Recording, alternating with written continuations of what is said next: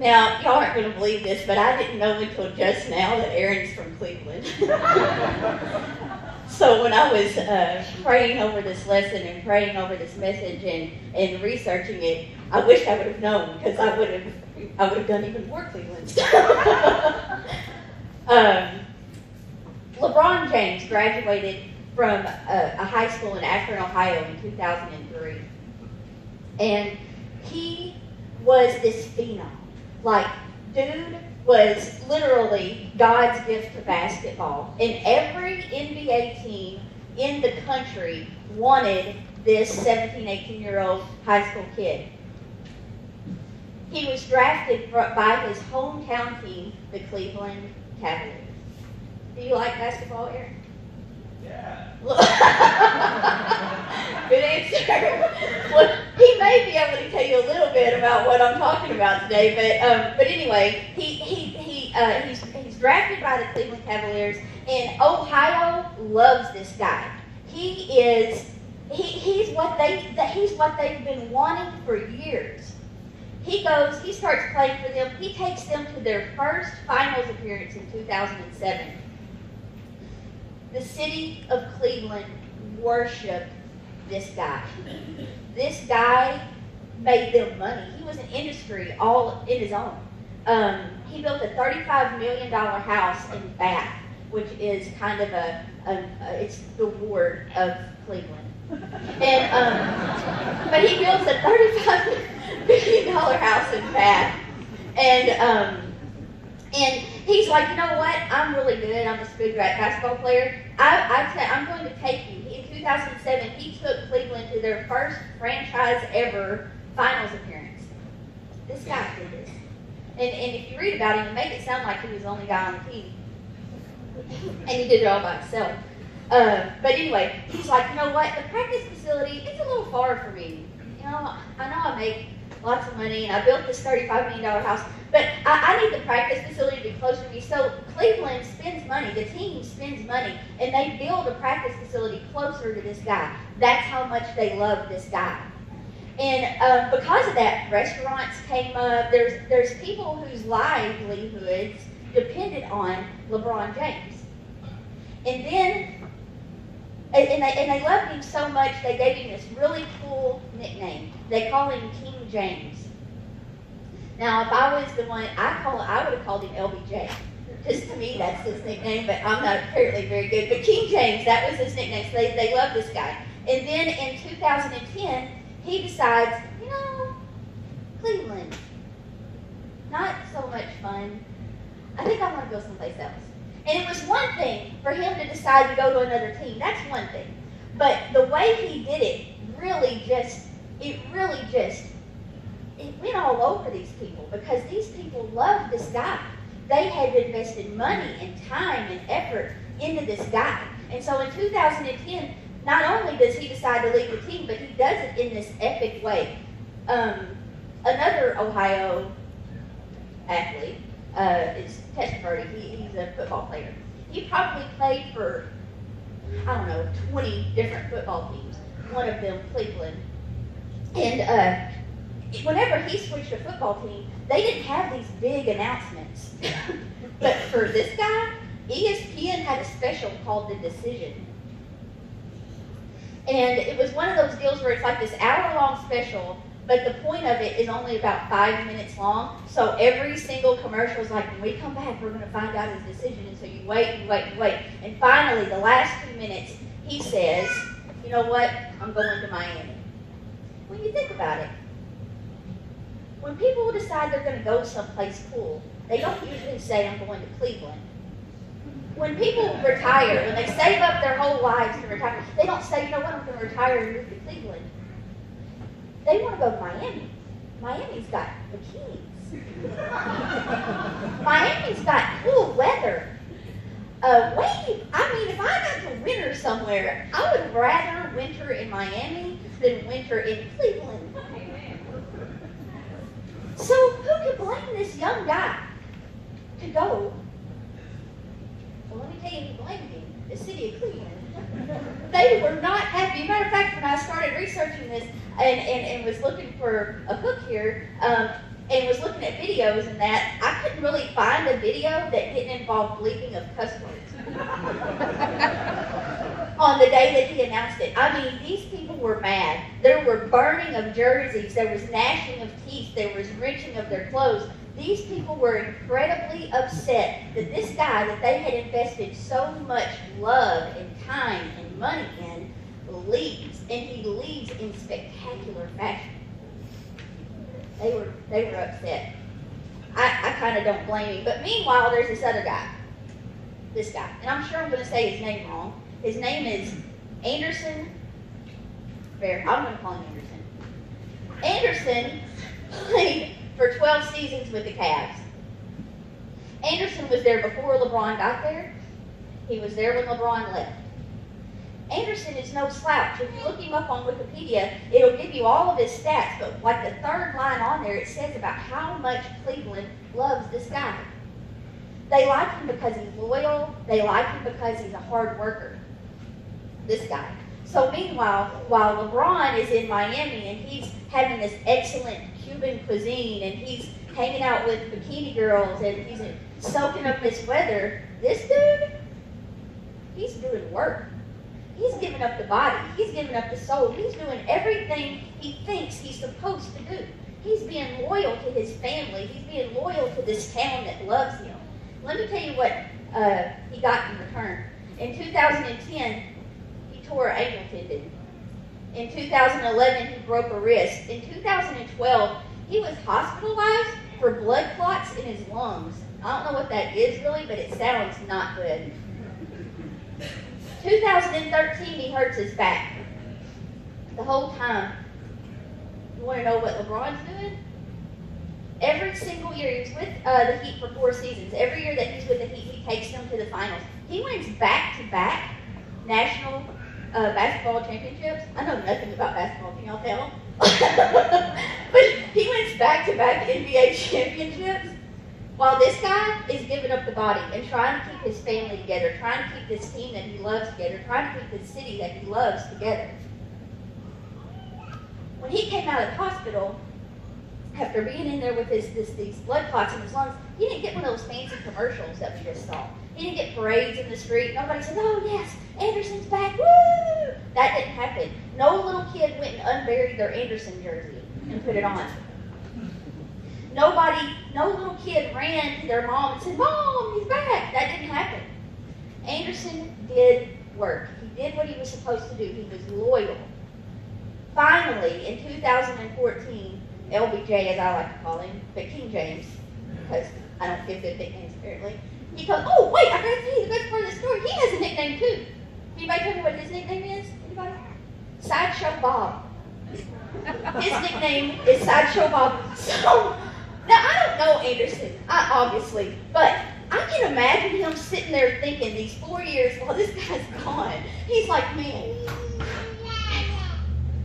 tired, my wrist hurts, I've got blood clots in my lungs. You people claim that you love me. You even put it on Wikipedia how much you adore me, but you give me the nickname of Sideshow Bob?" While this guy who's basically stole your money and left, he gets King James. I can just imagine what kind of went through his mind at that time. In 2014, when LeBron comes back, I can imagine Anderson thinking, "Oh, finally, thank you. I don't have to carry this whole thing by myself. I get some help. It's going to be great." Guess what happens? He tears an Achilles. He's done. He didn't get to reap the rewards of his loyalty, of waiting. Have any of y'all seen the movie Wonder Woman? Anybody besides me seen the movie Wonder Woman? You can say, "Yeah, I saw Wonder Woman. It was a great movie." The name of our lesson today is called "It's Not About Deserve." And that comes directly from this movie, Wonder Woman. And we tend to think that we get what we deserve. And we tend to think that it's our job to make sure other people get what they deserve, whether that's good or bad. Like, we are the people that get to delegate who gets to go to Miami and who gets to hang out in Cleveland. Luckily for us, God is not Cleveland, and I'll tell you, this is probably the only church anywhere where you hear that today. God is not as fickle as the city of Cleveland. The city of Cleveland loved LeBron because of what LeBron could do for the city of Cleveland. The city of Cleveland loves Anderson because of what Anderson can do for the city of Cleveland. I've got news for you today, people. God does not love you because of anything you can do for him. Amen. We're going to talk today about the prodigal son. And I know you've probably heard this story before. We're going to unpack it a little bit. It's one of my favorite stories in the Bible. I use it a lot with the youth group and that. It's great. But one of the lines that we were talking about was, it's not about deserve. Well, if it's not about deserve, what is it about? If it's not about what we deserve, what is it about? It's about understanding we are sinners. We're going to kind of unpack this story a little bit in sections. So it starts in Luke 15:11, and it says, Jesus continued, "There was a man who had 2 sons.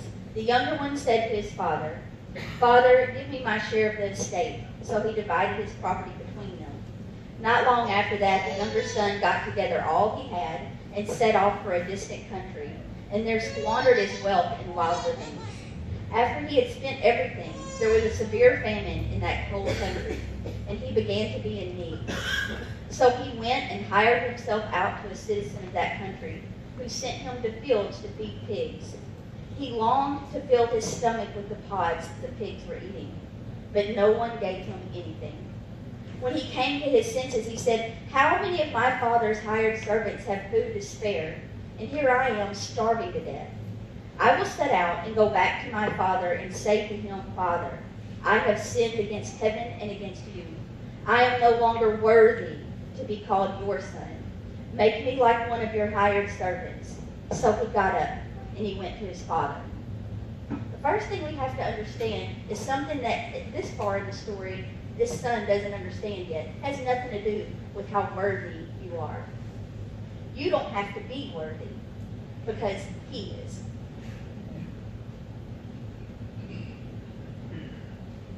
A lot of us think, well, I'm better than this guy. I would never take all of my parents' money. I would never take everything and go and squander it on prostitutes and Cuban food and whatever this guy did. But we've all laid with pigs, I promise you. We're all dirty. We're all broken. We're all nasty. I don't know how many of you have ever been to a pig farm. I used to live, there was a guy that had like 5 giant, huge pigs right behind me. They stink. And it's a stink that doesn't go away. Like, I cannot imagine falling in the mud of where these pigs live and being covered in this filth and in this nasty and being able to go and wash it off myself. Eventually, I might be able to kind of mask the smell, but it's always going to be there. This guy had done everything trying to be what he thought was happy. And in doing so, all he ended up doing was becoming dirty and nasty and filthy and empty. And he was so empty. He was so hungry. He had this blank inside of him that he was trying to fill, that he would have tried anything, including and wanting what the pigs had. I'm that empty. How many of us in here today are that empty? We're so empty.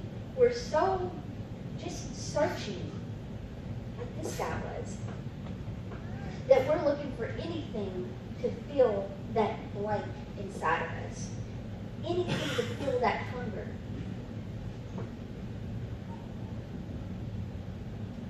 The next part of the story is my favorite part, and we're going to spend a little bit of time here. It's not about what we deserve.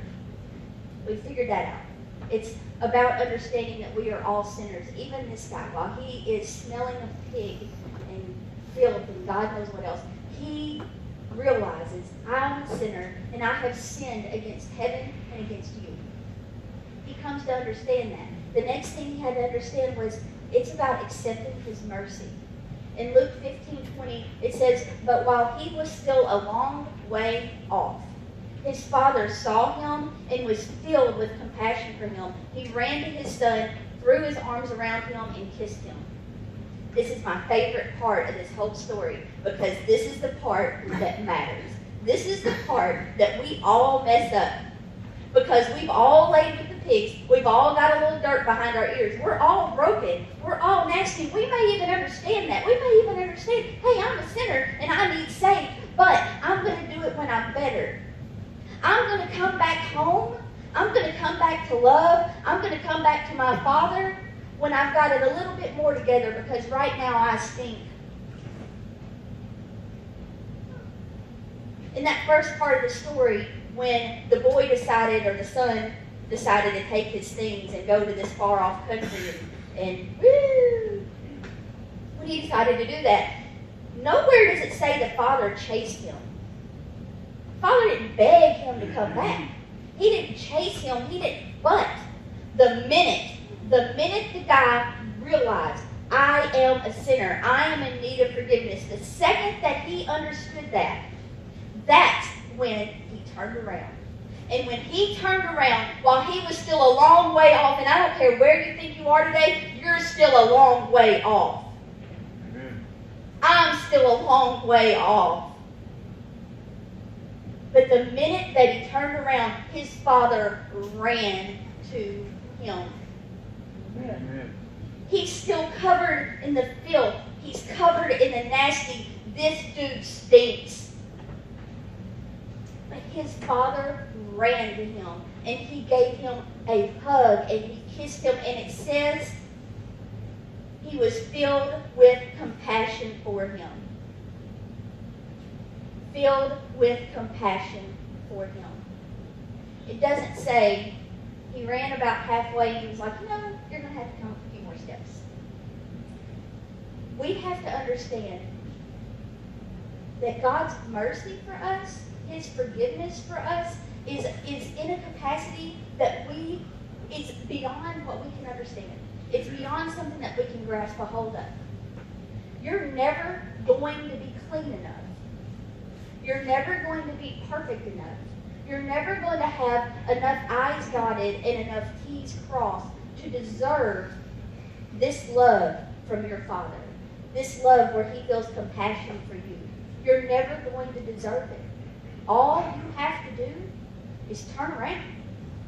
Amen. He's going to run to you. You don't have to wait. You don't have to wait until you have all your ducks in a row. All my friends are here, and they all can tell you, I'm one of these people, I like to have things so. I like to know how I'm doing things, how things are going to go. I like to always say I have a plan and a backup plan, and I have the ability to monitor and adjust better than anybody I know. That's just who I am. And what's bad about that is sometimes I think I'm not good enough. I'm not ready for God's love. And maybe there's somebody in here today who feels like you're not ready. What I want you to know, maybe you didn't know it until just now, but what I want you to know is you're ready. All you have to do is turn around. He's going to come to you. That's my favorite part of this whole story.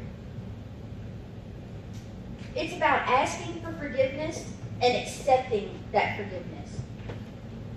I came to know Jesus when I was 28 years old. My Sunday school teacher saved me. And I can remember having this conversation with him and saying, how can God forgive me? He's God. How can God forgive me when I can't forgive myself? How can God give me a pass on things that I can't do it myself? How can I expect God to do something that I can't do? But friends, what I was doing, I was asking the wrong question. I wasn't thinking about this correctly. How can I expect to do anything that God can do? How arrogant am I? How arrogant are we? The hardest thing for some of us to do is to accept forgiveness. And by accepting forgiveness, we give ourselves permission to forgive ourselves.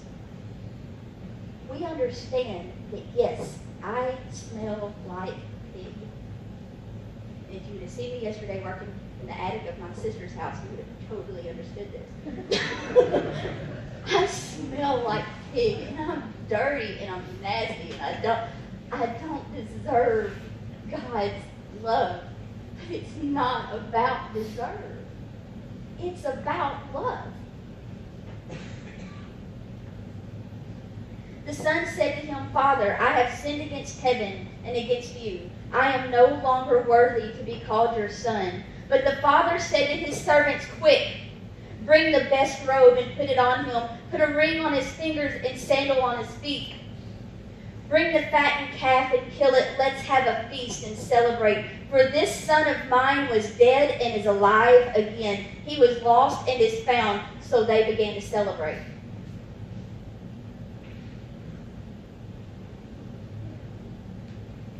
This guy didn't deserve a celebration.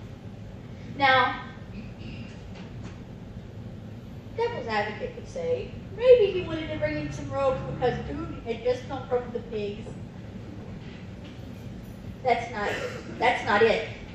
What this father shows his son, what our Father shows us, is that no matter how stinky and nasty and undeserving we are, because we are all undeserving, and if you have a minute today, matter of fact, if you have a minute every day, your knees should be bruised and bloody. Your hands should have blisters on them for praying and thanking God that you never, ever, ever get what you deserve. Yeah.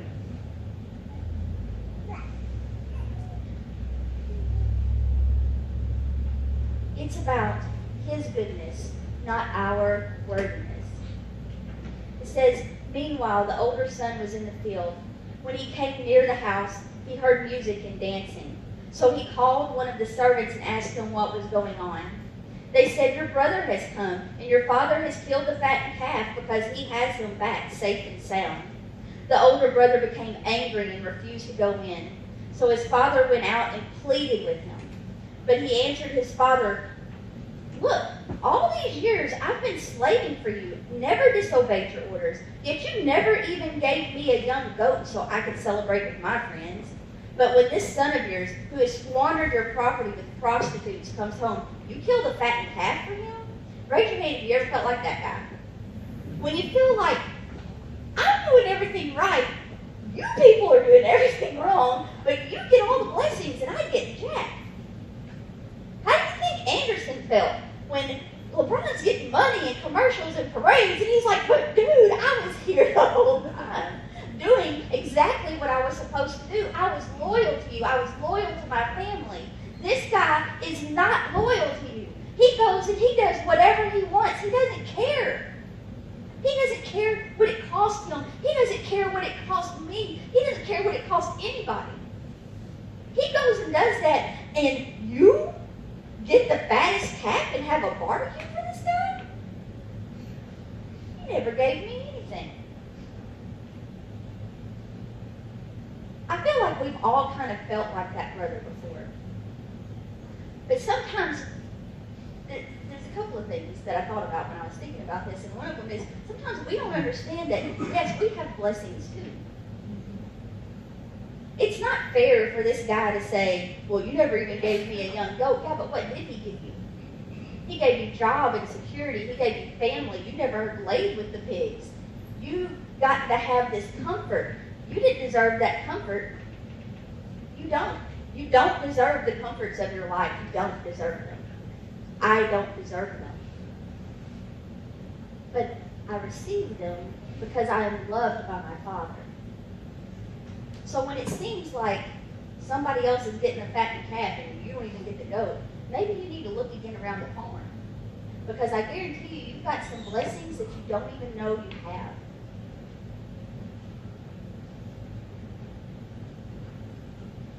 The thing is, it's not about what we deserve. It's about love. The last part of this says, my son, the father said, you are always with me, and everything I have is yours.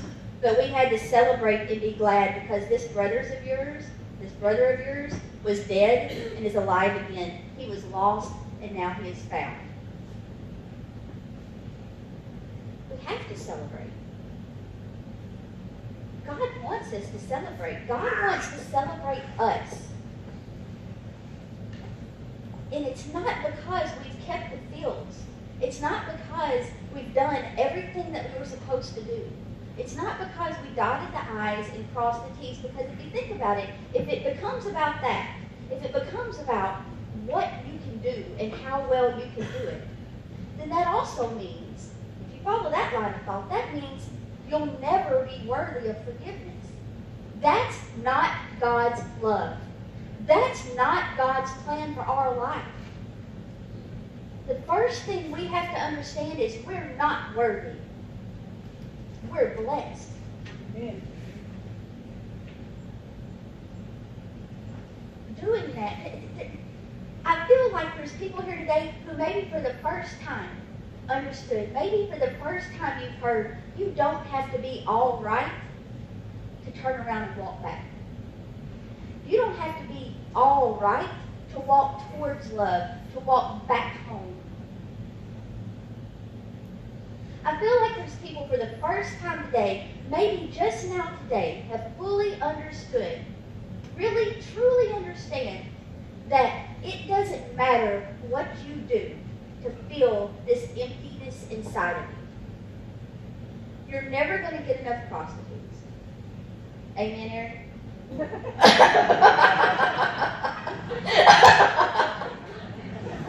You're never going to get enough prostitutes. You're never that was hilarious. You're never going to get enough of the world to feel this hole inside of you. You're never going to get that. There's nothing you can do to feel what you're trying to feel. There's not enough drugs, there's not enough money, there's not enough list making and I dotting and T crossing. There's not enough of that. The only thing that's going to completely fill you is God's love, God's forgiveness. We're going to do communion here in a minute. The band's going to come back up here and they're going to play a song. We're going to do communion. But today, when you do communion, I want you to think about when you go back there, you walk towards the sacraments and you're holding them in your lap and you're waiting for permission to take your drink and your eating cracker. When you're doing these sacraments, I want you to really, really think about the love and time and that was invested by God, your Father, to give you the forgiveness that accompanies that sacrament. And if you're here today and this is the first time that you've realized, that you've fully understood that you're not worthy, but you're forgiven, I want you to know there's people here that are willing to pray with you. There's people here that are willing to walk with you. And we're going to bow our heads and pray.